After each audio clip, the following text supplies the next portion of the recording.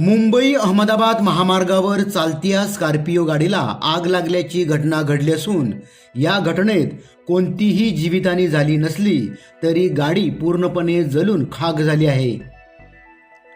महामार्गावर चालत्या स्कॉर्पिओ गाडीला आग लागल्याची घटना गुरुवारी दुपारी 12:30 वाजताच्या सुमारास मुंबई गुजरात वाहिनीवर सातिवली खिंडीत घडली आहे।